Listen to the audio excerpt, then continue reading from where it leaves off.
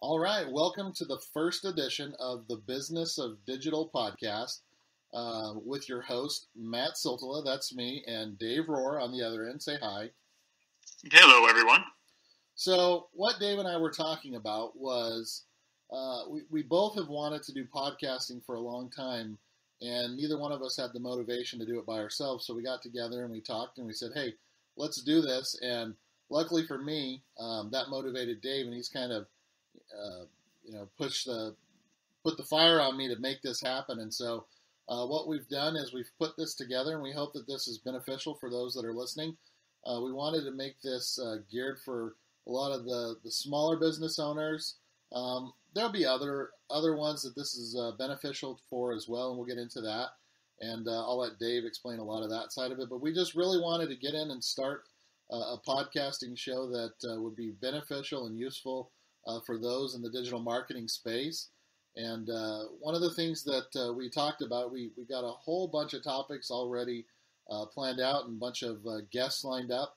And one of the things that we're constantly asked, Dave and I, is as a small business owner, how can I stretch my budget? Or if I don't have, little to nothing type of budget, how can I do marketing online, and how can I make this work? And so, Dave, maybe why don't you jump into answering that? Maybe first kind of give us a little background and introduce yourself, and to those that may be new to you. And after you get done, then I'll do the same and answer as well. So go ahead.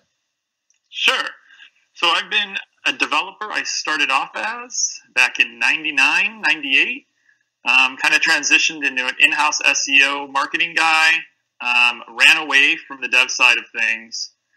Spent a lot of time, almost 10 years in-house, bouncing around a couple places, and then ended in one or two agencies after constantly being bought. Agencies are bought a lot. Working with lots of Fortune 50, Fortune 500 clients. But when I was doing that, I was still working with these small startups and small businesses, just because getting a title changed on a large business can take a year sometimes. Yeah. You can launch a brand new blog in a day with a small business. So it's really different. But it's also a lot of fun. But like you said, the challenge comes for the small business owner is with the budget. And there's a lot we can talk about. So yeah, I guess the main thing that we could get into, and I'll introduce myself a little bit before we get into that, but one of the things that I was thinking is a lot that they could do even just with social media and help it drive traffic to their site. I mean, if they know anything about their business, which I hope they do, they can put out some really good content, and we'll talk about what really good content is, and drive it with social media. But I'm your other host, Matt Siltala, and my company is Avalanche Media, founded it several years ago. We are up to over 40 employees now, and we do a lot in the digital marketing space, of course, and so again, happy to bring this information to you guys. But one of the things that I was thinking about, Dave, that we could share is you and I talk an awful lot about social media. We've been on several panels together at different conferences, PubCon more specifically, where we talk about using certain types of content and driving it with social media. And so one of the things I think about more than anything is just some of the businesses here locally.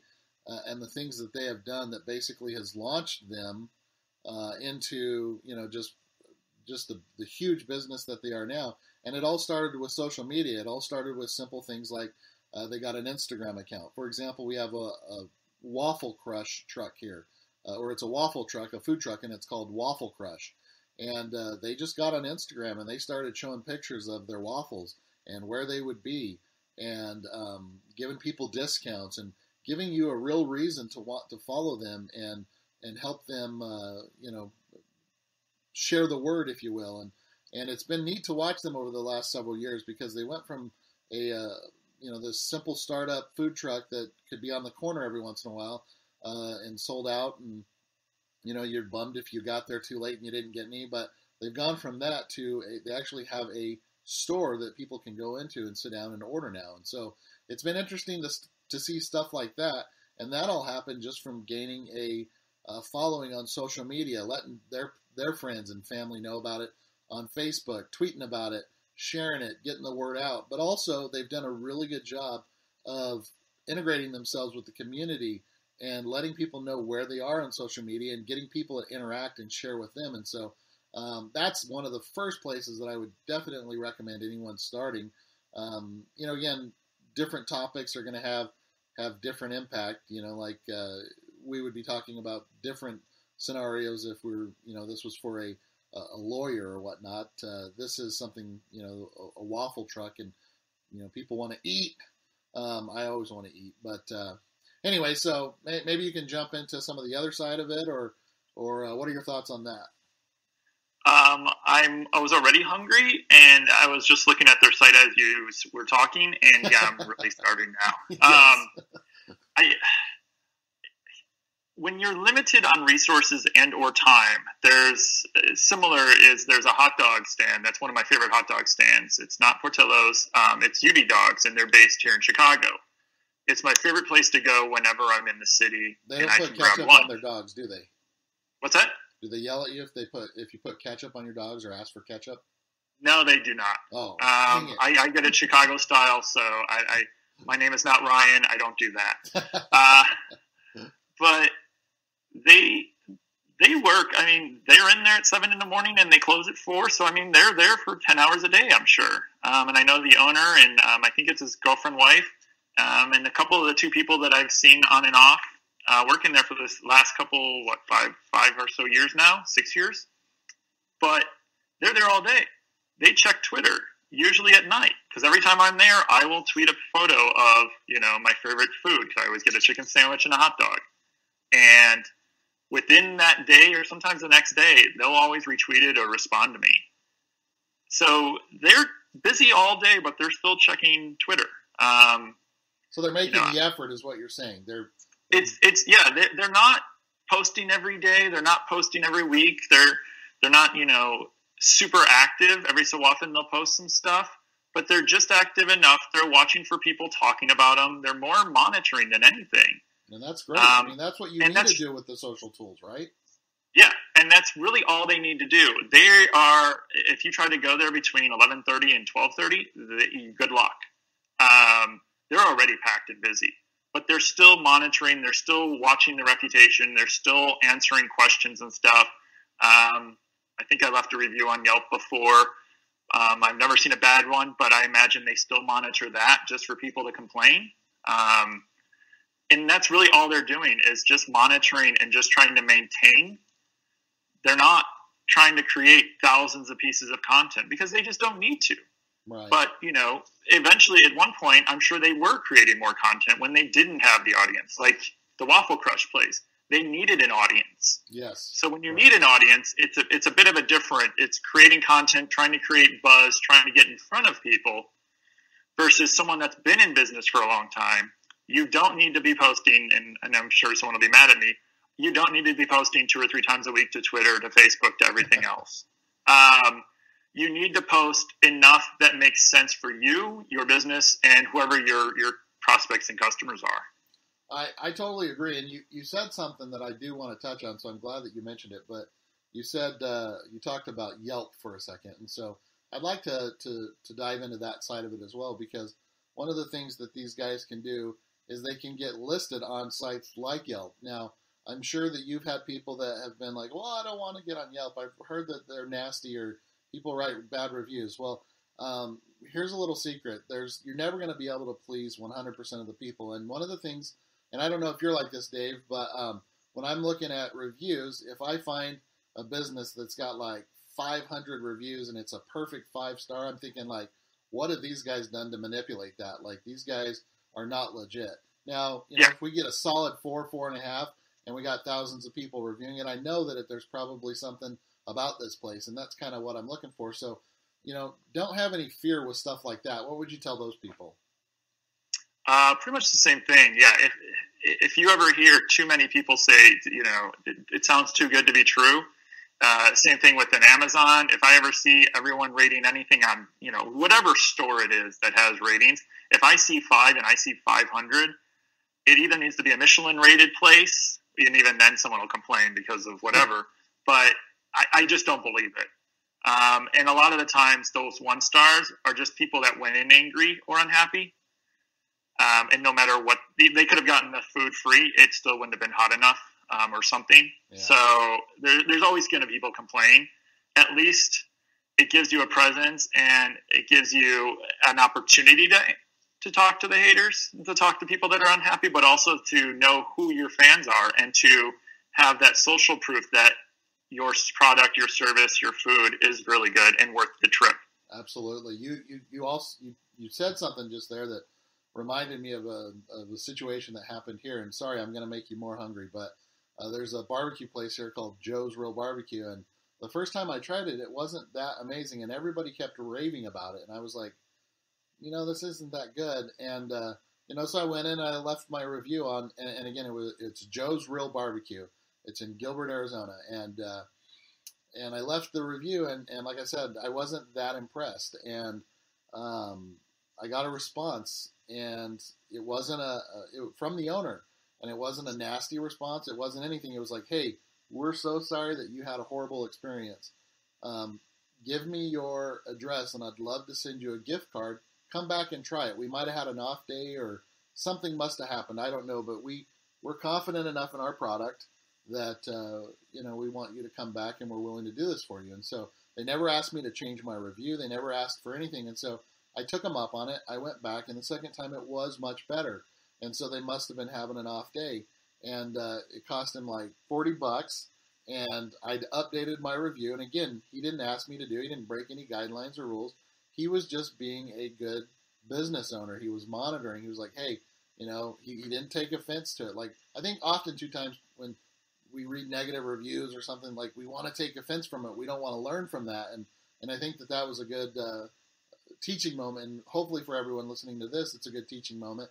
If you do get negative reviews, or if you do have people talking bad about you or anything like that, don't take offense to it. Learn from it. Grow from it. Yeah, I agree. I think for most people that work in jobs and they have their annual review, part of that negative stuff is, here's what you need to improve on. I think for a business owner, and I try to be critical of myself as I run my own agency and pick my own self apart. After every client I work with, I'm like, what could I have done better? Right? What did I do really well, but also what could I have done better? Where could I have made the process better for them and or for me? I think sometimes, especially when it comes to food, I think people are very particular and very protective. I'm sure if you were to tell our friend Brian, who does a lot of barbecue, that brisket he made wasn't good, he'd look at us really funny because he just never hears that. But it's not. I think he doesn't look at it as constructive criticism. But sometimes some of the reviews aren't exactly constructive criticism either. It's just people angry, and there's really nothing you can do about it. Nope, there's nothing you can do about that. Whether it's on Facebook or Twitter, some people have an agenda. Some people are just angry. Some people just decided that and not that you are the target today. I worked. Oh, sorry. Well, not that I want to talk about this dark side of it, but then there's also those people that are your competitors that are just going to go in there and try to jack you, and that happens as well. And just be prepared for it and be aware. Yeah, I worked at Great American Food Service for almost 10 years. I worked at McDonald's for 4 years.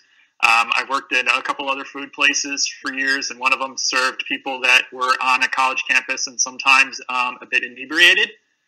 I have had many people, drunk and sober, yell at me for whatever reason. They were just having a bad day, and I was the target. Yeah. I was the fast food person, or the manager, or whoever it was, and I've seen people do it at bank tellers. We've all seen videos of it. Some people are just having a bad day. The tough thing is when it's posted on social media or Yelp or, some sort of forum or something, it's really hard not to take it personal. But I'm so glad there was not social media when we were kids. Sorry, I got sidetracked. Yeah, agreed. I'm watching that with the kids now. But, yeah, don't take it personal. Look at it and it's always very hard to do sometimes with some of the things that people say. But think about, assume that they have a motivation, or assume that, there's an agenda, or they were just having a bad day, and just try to figure out a way to nicely respond to them, answer any problems. I don't want to say fall on the sword, but sometimes, like, that owner did, he's like, well, maybe we're having a bad day. I apologize. It doesn't happen very often. We all have bad days. We all have days where someone calls in sick, or, you're just not feeling good, or someone on your team or within your own company kind of accidentally screws you, or purposely, and it makes you look bad. It happens, and we all just have to assume and hope that it doesn't happen often when you go to, especially a restaurant. I know they're always the biggest example for that kind of stuff, or airlines. Yeah. So, one of the things that I guess kind of wrapping it up, we wanted to, keep these informative, but not like string you out so long that we bore you to death. We're hoping you're getting some good value from this. To all those that are listening, thank you. Just to wrap it up, one of the things that I would say, and again, I think we're going to have a series of different things that we could talk about specifically, even within this topic, and then, you'll be able to, Dave will give you some information on the website and the plans there. But what we want to do is we really want to help the small business owner, figure out how to navigate through this path. We've been doing this for so long. I myself, in some form, have been doing it since 1997. And so we've just seen the bad side of it happen to small business owners being taken, or small business owners that have a really solid product and opportunity and fail because they don't understand this side of things. And so that's what the purpose of this podcast that we're doing is for, and we look forward to doing it. And take it away, Dave. Send us out of here. Yeah, so just kind of wrapping it up, around social media, look at where your customers are. If you're a food truck, certainly, Snapchat, Instagram, you can post a quick story about what you're making, what the special of the day is, Facebook Live. Look and see where your customers might be, and really focus in on one or two to start with, and try to build a following. Great tip right there. Great tip. Just focusing on like the one or two where your customers are at. I like that. And that's a great place to end it, because one of the things that I was thinking was we could have whole sessions where we just talk about Facebook Live or Instagram stories or things like that. And so where can people find you online, Dave? You can find me as Daver on Twitter, or you can find me at northsidemetrics.com. And myself, you can find me on Twitter at Matt_Siltala, just MATT_SILTALA, or just Google some form of that and the word beard, and you'll find me. Not beer, that would be Dave. Beard is me. And so, anyway, Avalanche Media, Northside Metrics with Dave, and we look forward to doing more of these, and we will see you later. Bye.